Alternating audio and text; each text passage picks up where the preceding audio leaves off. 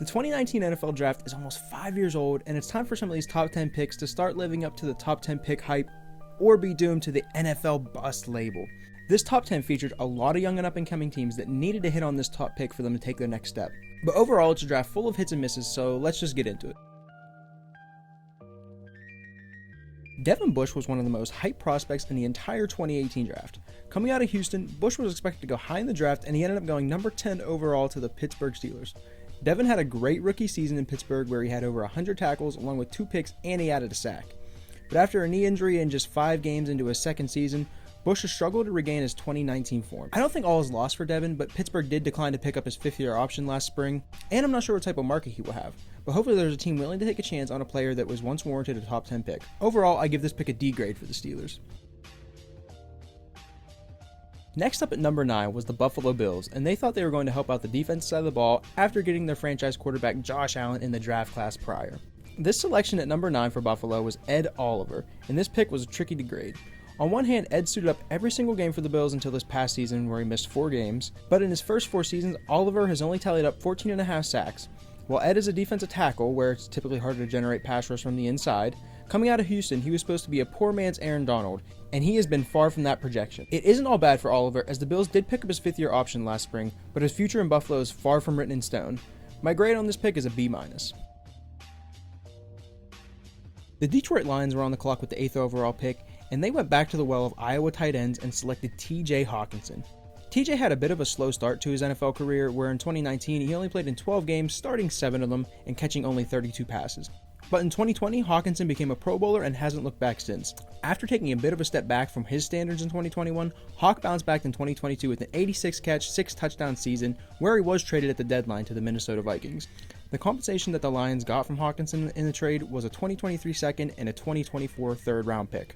Obviously, if you're the Lions, you hate to give a player that you spent a top 10 pick on for a 2nd and 3rd-round pick, but I would still give this selection a B+ for how productive TJ was in Detroit.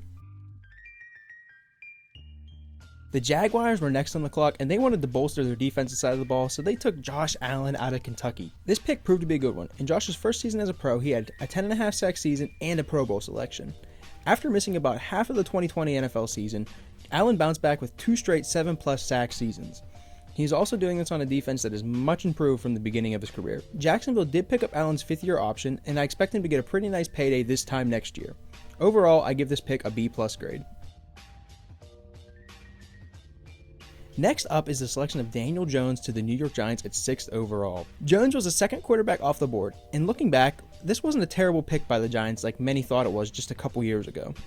In a draft where Daniel's peers at quarterback were Drew Lock, Gardner Minshew, and Kyler Murray, combined with the success that Jones and the Giants saw in 2022, makes his pick look much better in hindsight. Before the 2022 NFL season, I would have given this selection by New York a very low grade of a D or maybe even an F. But with the addition of Brian Daboll as his play caller, Daniel Jones has looked like he can be a legitimate NFL quarterback. The Giants just signed Daniel to a 4-year deal worth up to $160 million, and I give this pick a grade of a B with the chance to go up or down a lot depending on how the 2023 season goes for Daniel Jones. Now getting into the top 5, we see the Tampa Bay Bucks on the clock, and this is before the Tom Brady Super Bowl window was open in Tampa. So with this selection, the Bucks take Devin White out of LSU. Devin made an immediate impact on the team, notching 91 tackles and taking back 2 fumble recoveries for touchdowns. After coming off a 7-9 season in White's rookie year, Tampa signed Tom Brady in the 2020 offseason, and ever since this moment, Devin has been a total menace on the football field. Over the next 3 seasons, White wouldn't slip below 100 tackles in his seasons and added Pro Bowler, All-Pro, and Super Bowl champion to his resume. The team obviously picked up White's 5th-year option last year, and he will look to rebound from a down season by his own standards. Overall, I give this Bucks pick an A. Colin Farrell goes number 4 to the Raiders in a surprise pick by the Mike Mayock, John Gruden-led front office. This pick was interesting at the time and hasn't led to much in the NFL. Farrell was a big, strong edge player coming out of Clemson and was thought with the right development he could become a very good NFL player. Unfortunately for the Raiders and Farrell, that progression never happened. Colin has only been able to notch 10 sacks over his entire NFL career to this point, and Las Vegas declined to pick up his 5th-year option last spring. This makes Farrell a free agent this offseason, and I'm not sure how much of a market he will have, given his lack of production in the league to this point. I'm giving this pick by the Raiders the almighty F grade.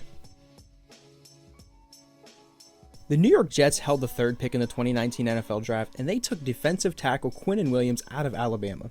This pick made sense at the time, as Quinnen was a fun player to watch at Alabama and projected to develop into a great pass rusher up the middle. This didn't happen immediately though, as it took Williams a few seasons in the NFL to start reaching his full potential.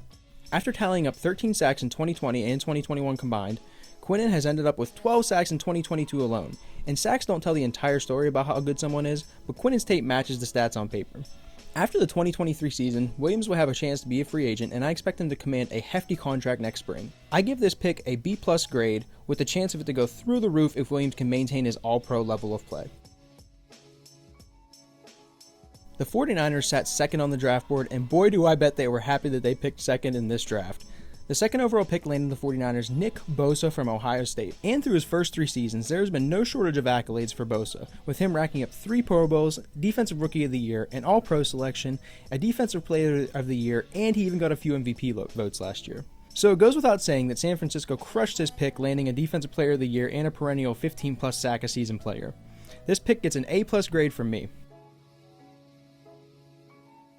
And the Arizona Cardinals were on the clock right after the Eagles won Super Bowl 52. And when April arrived, the Cardinals decided to take a second quarterback with the first pick in as many years.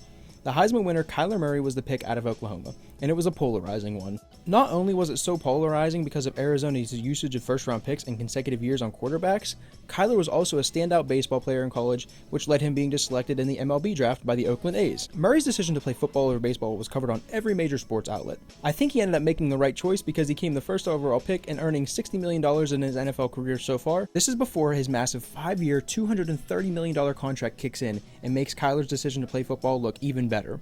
As for the Cardinals and his draft grade, I give this pick a B. And that's how this top 10 of the 2019 draft graded out for me. Let me know in the comments where I was way off or spot on with some of these grades almost 5 years later. I hope you did enjoy this video, and I hope to catch you in the next one.